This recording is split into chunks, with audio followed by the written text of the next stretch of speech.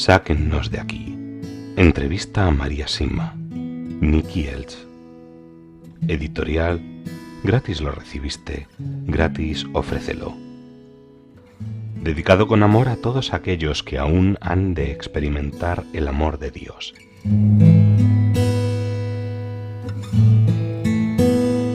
Querido lector, tienes en tus manos un libro extraordinariamente interesante. Habla del mundo del más allá, ofrece consejos, pide ayuda y da respuestas. Habla de la vida, de nuestra vida aquí en la tierra y de las posibles consecuencias que dependen de cómo la hayamos vivido.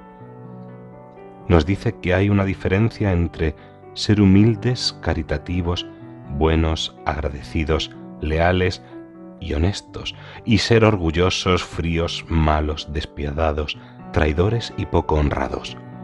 Al morir, nuestras acciones no quedan olvidadas, sino que se recordarán con toda claridad. En este libro no se habla solamente del castigo, o mejor dicho, de la purificación, sino también de su duración y de mucho más. Te preguntarás, ¿todo esto es posible? En la Iglesia Católica se habla de un estado transitorio al que tradicionalmente se le ha llamado purgatorio. Aunque existen diferentes teorías, es algo muy serio, ya que necesitamos ese estado para presentarnos puros y limpios ante Dios. Además, dentro de la tradición de la Iglesia, se acepta el que algunos místicos hayan tenido experiencias con las ánimas del purgatorio, semejantes a las vividas por María Simma. No se trata de un fenómeno completamente desconocido, si bien resulta difícil hablar y creer en estas cosas, especialmente en nuestros días, en los que triunfa un racionalismo excesivo, en los que el peligro radica en creer solo aquello que se puede medir y comprender con las leyes y las medidas físicas. Si además a esa mentalidad de querer medirlo todo se añade el ateísmo, que es la negación completa del más allá, resulta claro que tenemos un libro muy interesante y de contenido muy rico. Y cuando, junto a todo lo demás, descubrimos que el estilo del autor está lleno de expresiones e imágenes llenas de vida, y que muestra una gran imaginación al hacer las preguntas, será un verdadero placer leerlo. Aunque como teólogo me quedan preguntas sobre algunas de las respuestas que se dan, todas mis dudas personales han desaparecido una vez que pude conocer y hablar con María Simma. Ella es sincera. Sus ojos y la expresión de su rostro revelan un profundo respeto y una sana confianza. Ella se ha purificado con los mismos sufrimientos que le piden del más allá, que acepta siempre libremente, viviendo en un clima de paz profunda. La voz de María es como una lluvia de primavera que reverdece el campo y hace crecer el deseo inmediato de trabajar con ella y ayudar a quienes sufren. Después de hablar con ella me sentí como un joven con muchas preguntas y ninguna respuesta. Aconsejado por María, este joven comenzó a rezar, y tras hacerlo dijo: «Ya no tengo más preguntas que me atormenten, a pesar de no haber recibido ninguna respuesta. Hay paz y alegría en mi corazón». Querido lector, es mi deseo que a través de la lectura de este libro te abras al mundo del más allá. Entonces creerás también que puedes ayudar a aquellos hermanos y hermanas que sufren y decidirte, por aquel amor que no conoce fin, a hacer de esta ayuda nuestro deber. Al final de todo descubriremos, ya seamos creyentes o no creyentes, que la vida resulta verdaderamente digna de ser vivida solo si se ama y si se sirve por amor.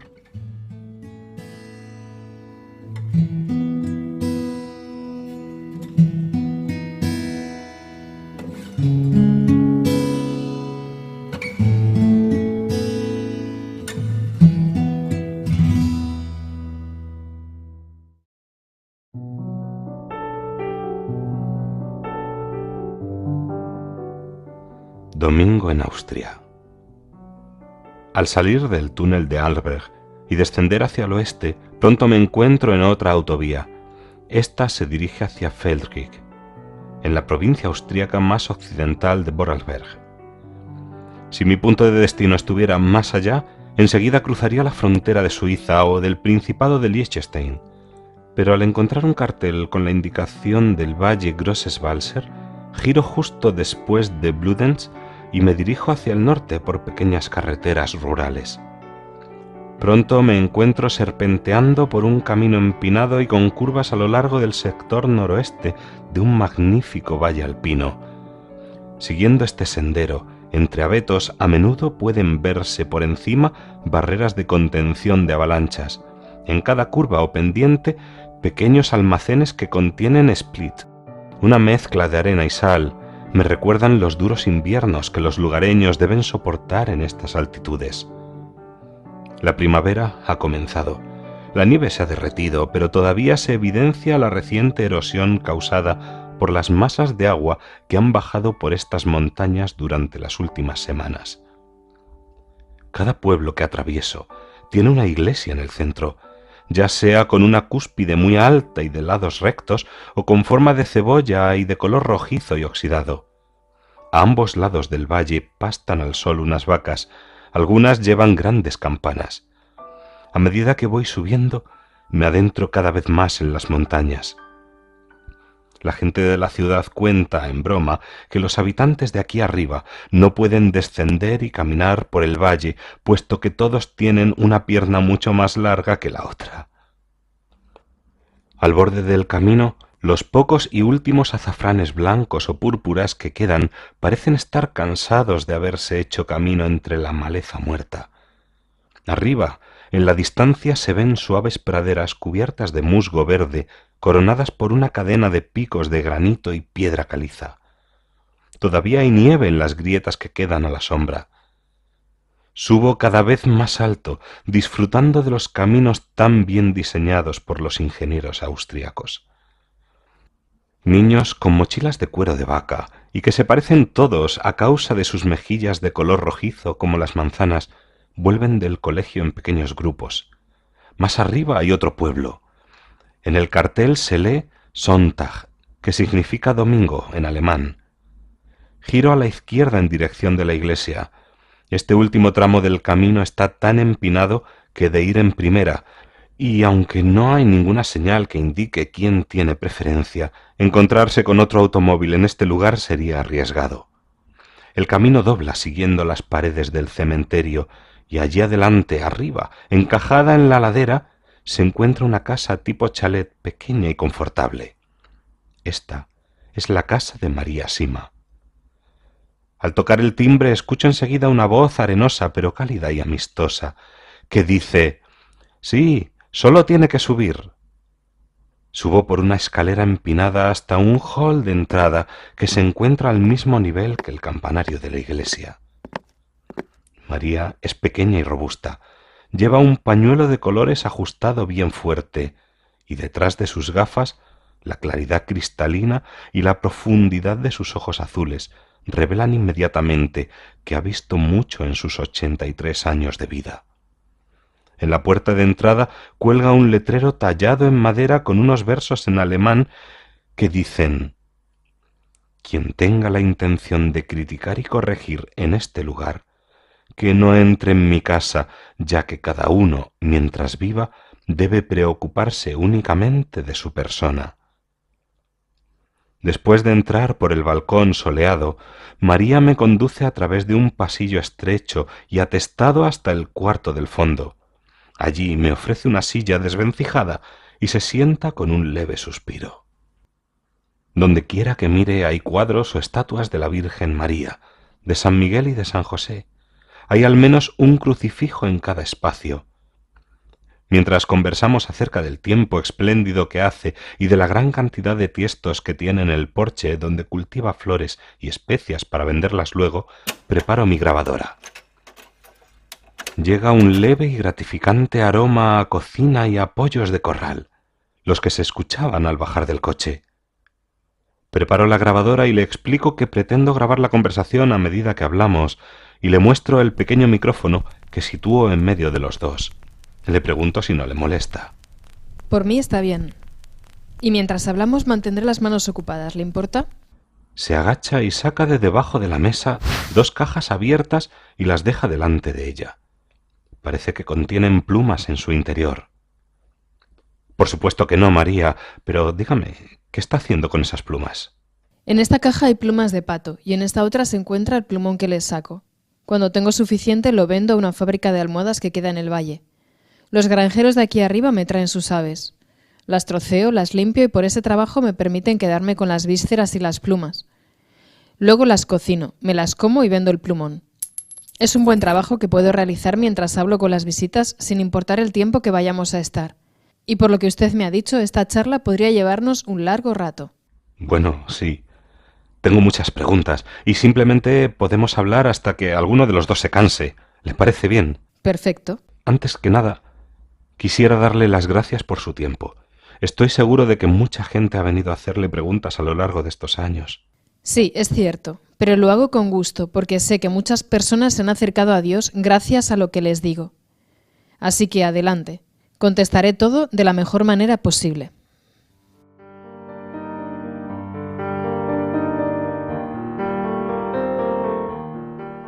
La historia de María Sima.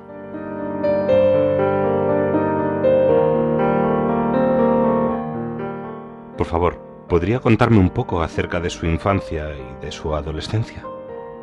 En 3 ocasiones distintas quise entrar en un convento. Ya desde niña le comentaba a mi madre que no me casaría y ella me contestaba: «Ya me lo dirás cuando tengas 20 años». «No, mamá, no voy a cambiar mi forma de pensar», respondía. «Es algo que siento firmemente dentro de mí. Entraré en un convento y me iré a trabajar a algún lugar del mundo donde pueda ayudar a otras personas».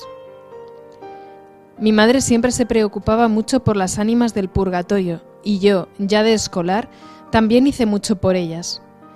Más adelante simplemente decidí ofrecerlo todo por ellas. Así que cuando dejé el colegio pensé: bien, entraré en un convento, quizá es lo que Dios quiere de mí. A la edad de 16 años fui al convento del Sagrado Corazón de Jesús en la ciudad de Hall, en el Tirol. Y apenas transcurridos 6 meses me dijeron directamente: «Tienes una salud muy delicada para permanecer con nosotras». Porque yo a los 8 años de edad había sufrido de pleuresía y de neumonía, y como consecuencia no estaba completamente desarrollada físicamente. Al cabo del año tuve que irme, pero aún así la Madre Superiora me dijo: «Estoy segura de que tienes vocación para una orden religiosa, pero espera 2 o 3 años hasta que estés más fuerte y luego busca una orden menos severa, quizá una orden de clausura». A partir de ese día me dije: o entro en una orden de clausura o no entro en ninguna. No, no esperaré, quiero ir ya inmediatamente. El segundo convento quedaba en Talbach, cerca de Bergen, y pertenecía a las dominicas.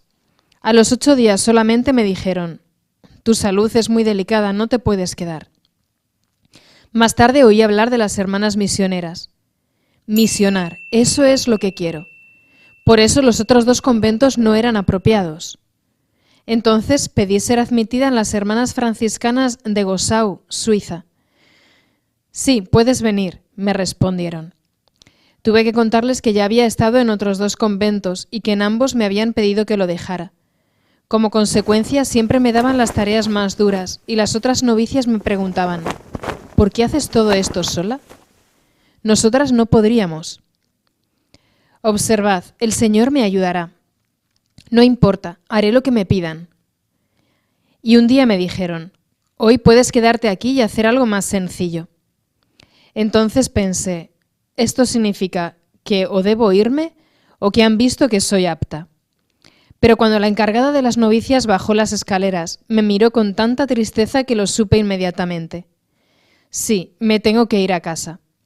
Se acercó y me dijo: «Debo decirte algo». «Sí, lo sé, debo irme otra vez, ¿no es cierto?». «¿Quién te lo ha dicho?». «Lo veo en su rostro». «Sí, estás demasiado débil para ser una de nosotras». Entonces tomé una decisión. Si no puedo quedarme aquí, no entraré en ningún convento. No debe ser voluntad de Dios. Y debo decir que desde ese momento mi alma sufrió mucho. Me volví impaciente y le dije a Dios: «Oye, Dios, tú tendrás la culpa si no hago tu voluntad. Lo que yo no sabía era que no debemos exigirle milagros. Todavía era joven. A menudo pensaba que Dios estaba tratando de mostrarme lo que Él quería de mí, pero que yo no podía entender qué era.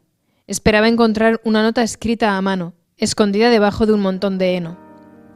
María, usted ha dicho que su madre se tomaba muy en serio a las ánimas del purgatorio. ¿Quiénes son esas ánimas y qué significa que se las tomaba en serio? Estas ánimas son las almas de las personas ya fallecidas que no han alcanzado el paraíso. Son almas que aún se encuentran en el purgatorio. En otros países se les conoce como benditas almas o almas elegidas, y esos términos son bíblicamente más correctos que el de pobres almas. Aunque por otro lado, pobre también está bien, porque dependen en un 100% de nosotros, y los pobres dependen verdaderamente de los demás. Mi madre rogaba mucho por ellas y realizaba muchos actos caritativos, siempre las tuvo cerca de su corazón. Siempre nos decía a nosotros, sus hijos, que si alguna vez necesitábamos algún tipo de ayuda, que se la pidiéramos a las almas, porque son nuestros ayudantes más agradecidos. Mi madre también era muy devota del padre Vianney, el santo cura de Ars, y frecuentemente hacía peregrinaciones a Ars. Hoy tengo casi la certeza de que mi madre también debió haber experimentado a las almas de alguna u otra manera, pero nunca nos lo reveló a los pequeños. En 1940, cuando comenzaron estas experiencias, rápidamente comprendí que esto era lo que Dios quería de mí. La primera alma vino a visitarme cuando yo tenía 25 años. El Señor me hizo esperar hasta entonces. Dice que el alma de un difunto vino a usted. ¿Intenta decirme que entró en su cuarto a visitarlo? Así es, y todavía lo hacen hoy en día. Desde 1940, cuando comenzó, hasta 1953, solamente venían 2 o 3 almas cada año, y la mayoría a lo largo del mes de noviembre. En ese entonces trabajaba en casa o con niños.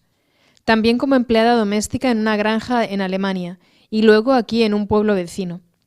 Durante el año mariano de 1954, me visitó un alma cada noche. Y en cuanto a lo que se refiere a mi salud, debo admitir y agradecer a Dios que mejorara con este trabajo. En ocasiones, cuando tengo que hacer muchas cosas, mi salud recae un poco, pero en general he gozado de buena salud. ¿Cuántas veces le he agradecido que no me dejara entrar en una orden religiosa? Dios siempre nos da lo que necesitamos para hacer su voluntad. Desde hace muchos años salgo y doy conferencias. Una mujer alemana las organiza y me lleva en coche hasta cada lugar. Me llama y me dice, ¿este día o este otro puedes ir a este pueblo o a este otro pueblo? Ya la primera vez que fui invitada me encontré con 2 compromisos y no pude ir porque tenía un invitado de visita. En la mayoría de los casos mis conferencias son bien recibidas, pero tengo que aguantar a algunos sacerdotes más jóvenes y modernos. Los creyentes más mayores, y en su mayoría los sacerdotes de cierta edad, no rechazan lo que cuento.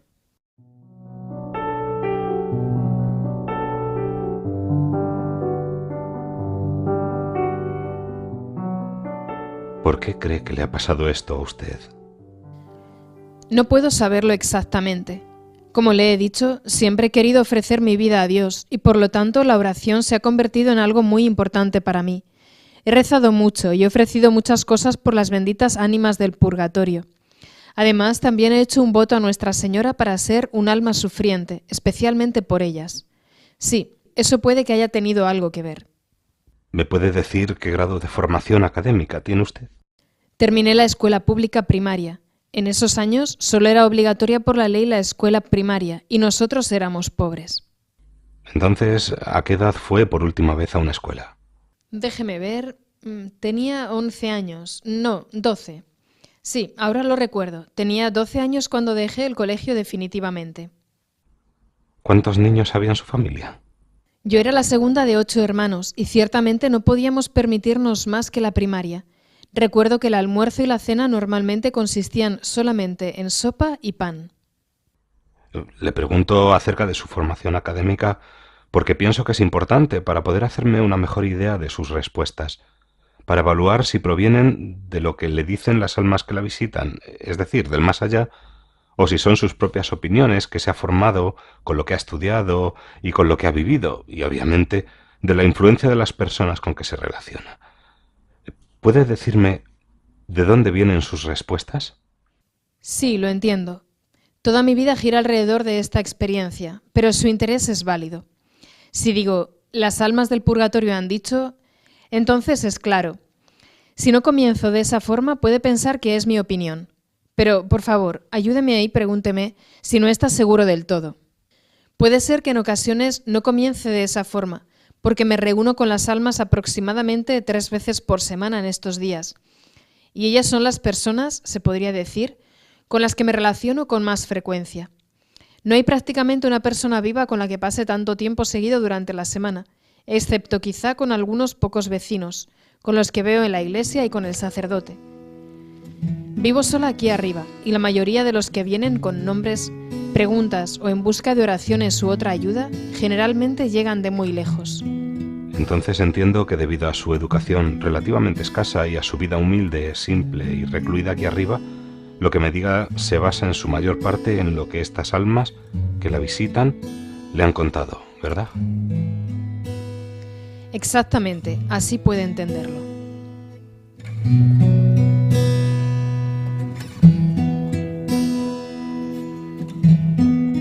Sáquennos de aquí. Entrevista a María Sima. Nicky Elch. Editorial. Gratis lo recibiste, gratis ofrécelo.